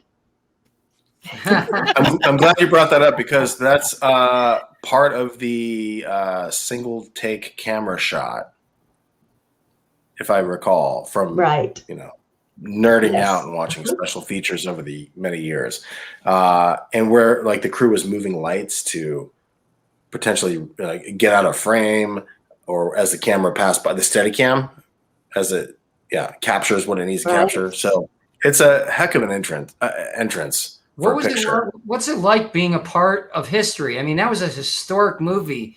I mean, did you realize how big it was going to be when you were shooting it? And how did you feel once you realized how big it was? Yeah, I had no idea. I actually had no idea till about 3 years ago when my agent found me, because I was living a whole different life in rural Texas. So I really was rather shocked just 3 years ago that it had actually become an iconic film, and that people knew who I was and were actually looking for me for a long time. So yeah, it was crazy. And now it's like this huge responsibility, really, to carry this role, because it is an important role. And I feel like I need to do it justice and carry it with pride, and reach out to all the fans, because a lot of them wondered where I was all those years. So it's been kind of fun touching base with all of them and getting to know them. So I imagine, I'm guessing, have you done some conventions since? I have. That's why he actually contacted me, because he wanted me to do conventions. So nice. I've done about maybe 7 or 8 now. And then last year I had 7 more lined up. Of course, they all canceled. But sure. I did end up doing the Mahoney Drive-In and a pop-up market in Houston, both of which were fun last year. So it wasn't a total fanless year. But this year I have Chicago Flashback coming up, and For the Love of Horror in UK. So they're coming in again. So I'm looking forward to that. Good. That's exciting. If I may, if Mad Monster ever reach out, they're a great convention. Yeah, so check them out. They have a convention in Arizona and North Carolina. So just a heads up. Cool. Usually PJ Souls does them. And you have a movie coming up. Yeah. Oh, I love PJ. She's awesome. I love it when we're next to each other. We have a good time. She's a sweetheart. Okay, I will. My agent actually does all my bookings, but I do send him suggestions now and then, because there are so many cons, and he's busy, and he has like 100 clients. So he's a very busy man. So putting in a word here and there of something cool never hurts. Sure. So now you're back into acting again. You got a film coming out, Susanna said? I am. I started taking acting lessons online again a couple of years ago, and I was cast for a cameo in Vulp's The Lust for Revenge, which is a Hungarian film, and I'm looking forward to seeing it come out. I saw the prologue before I was asked to do the cameo in the newer one, and I absolutely loved it. I thought it was fabulous. And when I gave him my review, I had no idea that he was considering using me for anything. So it was a totally honest review. I thought it was just fabulous photography, a great story. I love animals. So being mean to animal abusers, I have no problem with. I wrote the screenplay for that, right? I'm excited about that for sure. I what? I wrote the screenplay for that. For Vulps. Yes, that's what you said. That's so cool. I love it. I can't wait. Very cool. You can't wait. I can't wait. I can't wait to see it. It's a great story. It's a great story. The actors are great. The photography is great. I totally love it. So you did a wonderful job. Well, thank you. So where can people find you? Yeah, where can they find you, Sandy? They can find me on Facebook at The Real Sandy Johnson. They can find me on Instagram as Unicorn Sandy J. And they can find my website where they can get signed photos or send in things to be signed, posters and things. They can watch a lot of my interviews. And that is unicornsandyj.com. Very nice. I appreciate you stopping by for this. This is a super treat, and just thank you again. Love your work. An iconic picture in all of film history. So, thank you. Thank you. Thank you, you. Sandy. Well, I appreciate the you coming invite. on. You have a wonderful evening. Likewise. Thank Be you. well. Bye. Bye. What a dear heart. I feel like That a was great. jerk for being a foul-mouthed guy. Anyway, back to myself. But no, that's awesome. Very cool. Kayler, I want to know what you think. What's the movie that takes you home? What's the one that you told them? The Notebook. Snap. Move Yes. out her face. Here, You might do a little lean. Yeah. I used to have to do that. It was awesome. Yes. What do you think? It's so romantic. I used to watch it with my mom and dad all the time growing up. So it's just one of those movies that brings me back.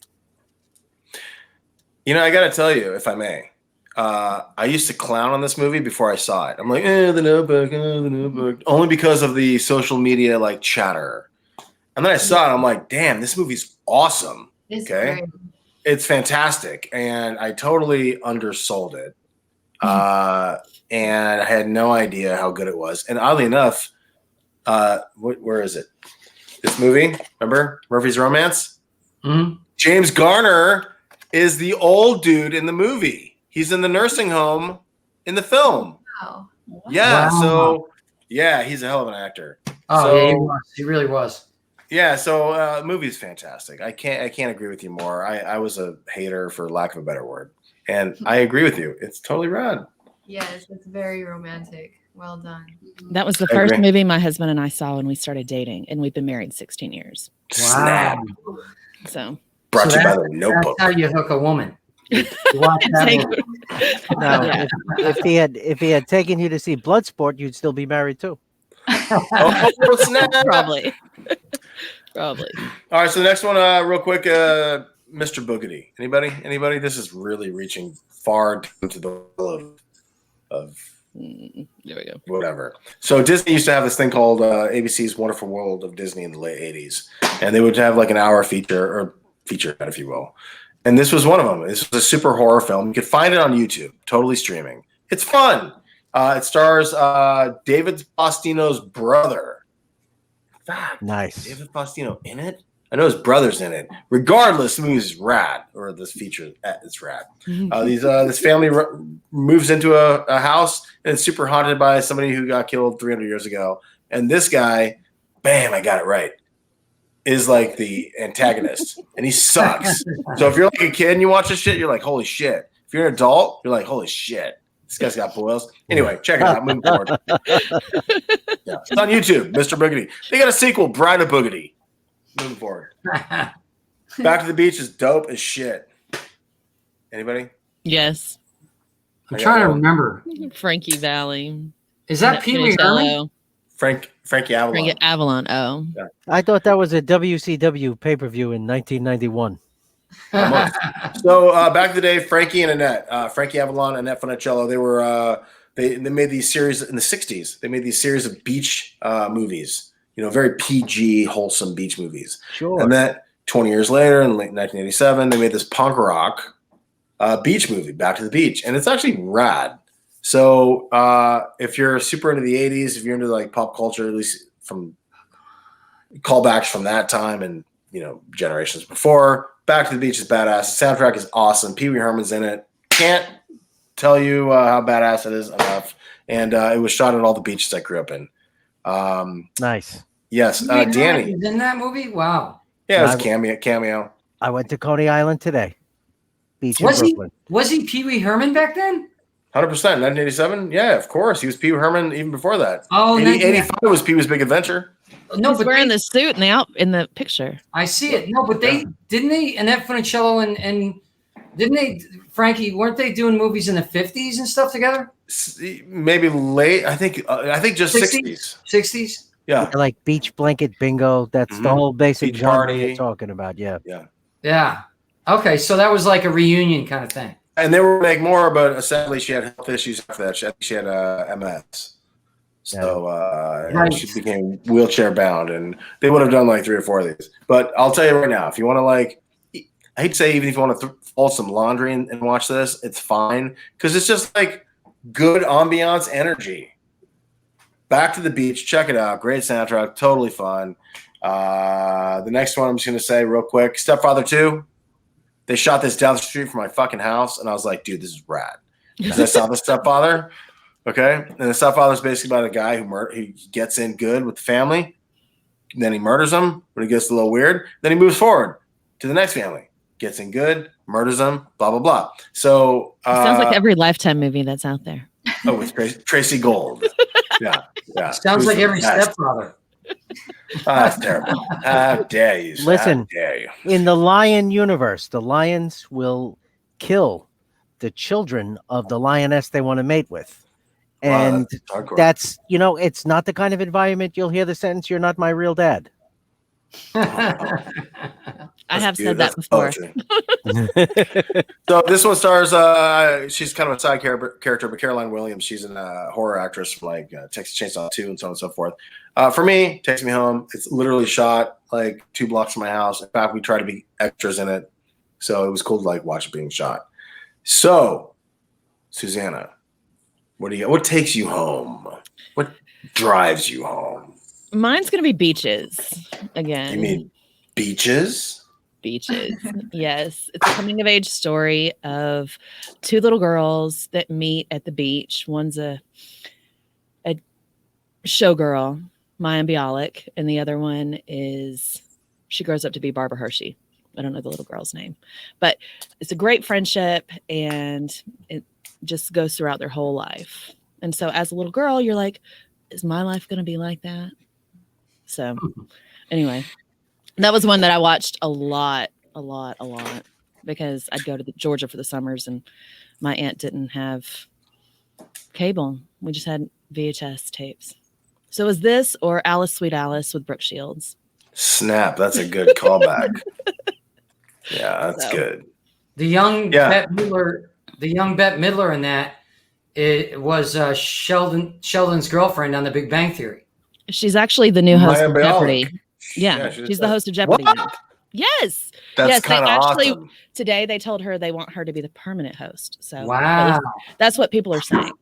We'll see if she does it. I'm with it. I'm with it, actually. Yeah. As a Blossom fan, I'm cool with I mean, it could be 6, but it's not. I can't see 6 doing Jeopardy. Jenna Von Oy is her name. I know. I can't see her doing Jeopardy. I'm literally Rain Man with these names. I'm sorry. Beaches is badass, but I've never seen it. So cool. That's a good choice. I'll check it out. Good. But it's sealed, so I'll never watch it in the old video store here. There you go. Yeah. Does anybody have? I mean, Danny. Yes. Should we just let's get into it? Bro. Outside Providence, man. Great movie. Great choice. Dude, that movie brings me back because I had I love it. Keep talking, bro. No, it brought him all the way back to where talking, homie. He didn't have internet. Where computers didn't exist. And start over the segment because you froze for a moment. I'm sorry. Okay, no, my dad was that type of tough dad, and the friends of the main character were like my friends, and you'd hang out at the parking lot and drink beer and smoke weed, and the whole lifestyle was exactly what I went through back when I was young. So, and it's just a hysterical movie. Some of the funniest one-liners I've ever heard in a friggin' movie. I keep telling my friends it's one of my favorite movies I've ever seen because it mixes Dumb and Dumber comedy with drama. There's a scene, Alec Baldwin's phenomenal. He's so friggin' funny, but then there's one scene where he makes you cry. And every time I watch it, I tear up. So it's in my opinion, it's one of my favorite movies I've ever seen. Now, I apologize. You can say, Anthony, no. But do that scene with the Chinese food if you're down. If you're feeling it. Yeah. Absolutely. Yeah, he's sitting there. He's in his underwear. Alec Baldwin's in his underwear on the couch, and his son comes out. He's getting ready to go to school. He goes, that girl you've been seeing, you putting the wood to her? He goes, come on, Dad. He goes, listen, making love is like Chinese dinner. It ain't over till you both get your cookies. Remember I said that. The end. He just keeps eating ice cream. Yeah. No, he was a real dad for sure. It was yeah. I mean, maybe a real Rhode Island dad, but yeah. I actually did the scene on stage where he talks about to his son finally about how his mother killed herself. And I did that scene on stage. Thanks for the spoiler. She choked on a cookie. It's not going to spoil anything. That's not going to spoil anything. You kind of, they give hints throughout the movie. You kind of know that's what happened. But the confrontation was just amazing. And that's the scene where I was talking to Peter Farrelly about it because they produced it. And I was lucky enough to have a 20-minute sit down with Peter Farrelly at Columbia University. Awesome. And I told him, I said, I didn't really like Alec Baldwin until I saw this movie. And he goes, you know what? I think you're right. It's some of his best work that he's ever done. Well, because he's kind of Alec Baldwin all the time, and teach their own. I kind of like it. It's not like like Paul Rudd makes a movie. It's like, well, that's great. I want to hang out with my old friend Paul Rudd, who I've never met. But Alec Baldwin's like that. But it was a departure in terms of acting when he made that movie, for sure. Yes. So I don't want to hijack anybody else any further than I have. So I'll just try to bang this out. And I appreciate you all listening to this blithering idiot. The next movie is People Under the Stairs. Anybody? Wes Craven film, the guy who wrote and directed A Nightmare on Elm Street. Never. Dude, check it out. Never heard of it. I don't even recall its existence. Yeah. Oh, it's rad. My friends and I used to draw comics on this, but we would make it funny. Basically, this one family, it's a brother-sister unit inside the house, but they're married, kind of.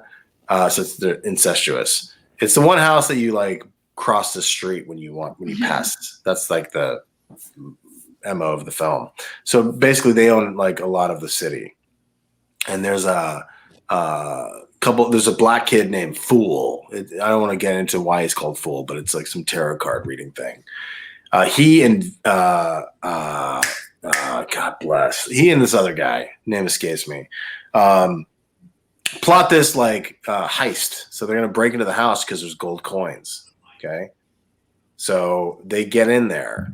And once they get in there, the horrors are revealed in this house.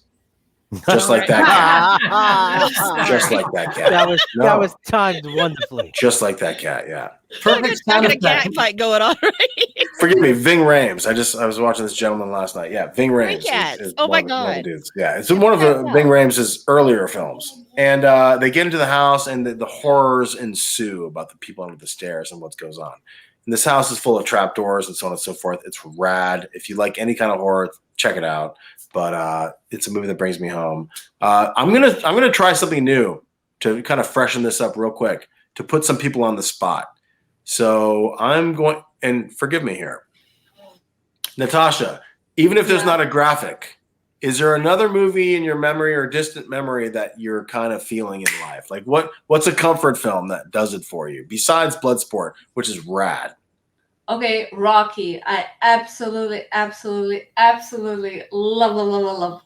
I mean, it's a movie that I can watch forever and ever. It's something that I think is such a beautiful life lessons there. And agreed.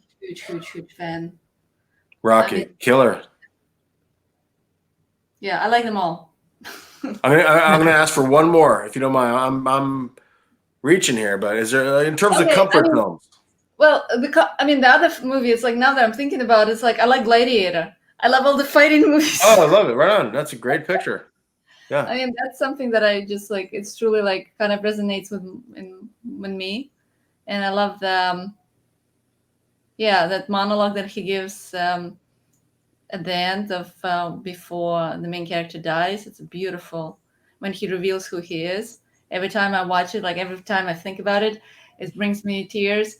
And actually, every time that I play bad character, like the movie that's coming out, Blood Pageant, I'm antagonist, and the antagonist in this movie, he's just such a great antagonist. He's so freaking crazy. I mean, I think that's every time I kind of try to reference that character. And Joaquin Phoenix, I believe. Yeah, Joaquin Phoenix. He was how crazy he is, and how and how much he wants love. It's such a powerful character. So yeah, I love Walking Phoenix. And I not like to mention the Shining. soundtrack. Oh, The Yeah. Shining is great, but the soundtrack of Gladiator is fantastic. Oh my gosh, So like fantastic. moving. But The Shining Yeah. is awesome. Oh my Yeah. gosh, Shining too. Yeah, yeah. Have you seen Doctor Sleep? Huh? Have you seen Doctor Sleep?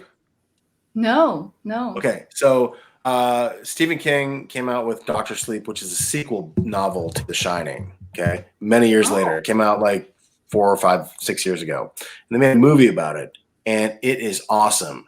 I cannot recommend it enough. Again, Doctor Sleep, sequel to The Shining. It's the young boy in The Shining, but as an adult. Oh, I will check it out. That's cool. Yeah, and I gotta tell you, if you stream it, you have to. I gotta tell you, you have to find the director's cut. The director's cut is like 30 minutes longer, but I've seen both, and it expands about like so many like character developments in the director's cut. You just look for it. I think it's called Red Rum, as a matter of fact. So check it out. It's so good. That sounds good. Yeah. Yeah. Yeah. So apparently we're going on 2 hours. I'm getting notes here from the management. Shut up. Getting notes here, so it's like it's going off the rails. Like fuck your theories, Anthony. Well, then slip outside or get a Gatorade cup. Just kidding, kind of. All right, so the next one, and then we'll just wrap it up. Hot Shots. Anybody? I love this movie. I watched this in seventh grade. Amazing. It's a parody of Top Gun, and Top Gun Maverick is coming out like within minutes. The sequel to Top Gun, okay, with Tom Cruise. So this movie basically takes the piss out of Top Gun, and it's rad.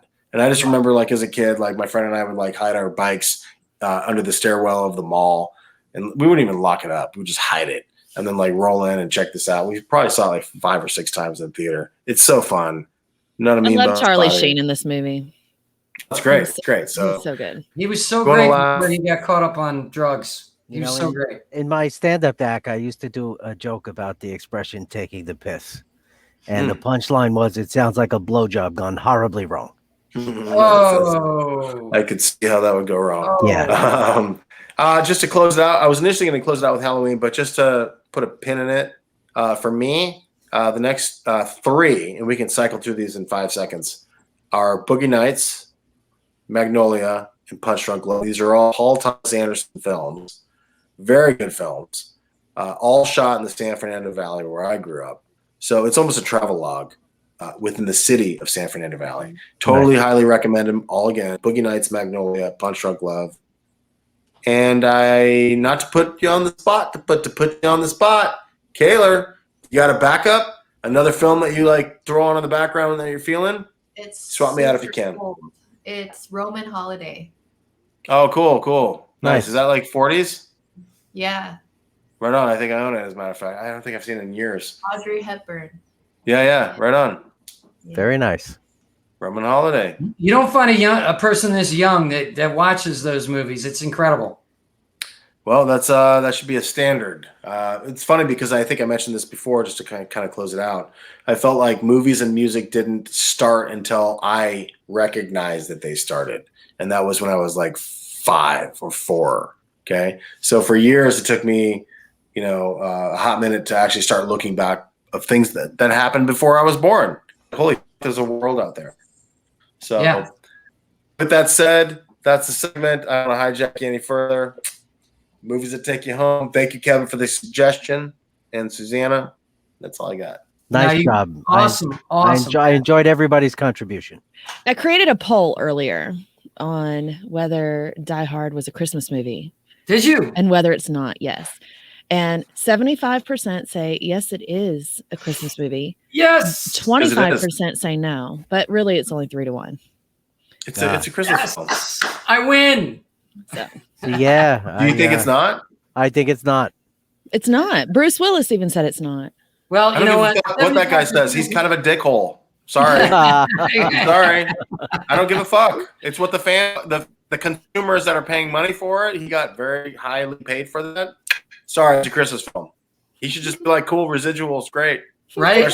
During Christmas, he gets checks because we're VODing it. Sorry, Christmas film. Oh I'm man, done. he just texted me. He won't be on the show next month now. Thanks Great, a lot. no problem, no loss. Maybe we can get Paul Rudd. All right, guys. Thank you guys so Sybil much. Shepherd. Anthony, love you. You're great. Susanna, you're amazing. Kevin, Kayler, and Natasha, I love you all. This has been a great show. Guys, Nice to meet you all. we played the ticker on the bottom. That's how you support us. Anchor.fm/The Danny McDermott Show /support. I think I cut out, but maybe not. Guys, tell your friends. Let's build this. Let's keep it going. Thank you, lovely ladies, and have a good night. And thank you, Sandy Johnson, for coming on. Yes, Yes. thank you, Susanna. Absolutely. Yeah, thank you. Good night, everybody. Good night. Bye. Good night.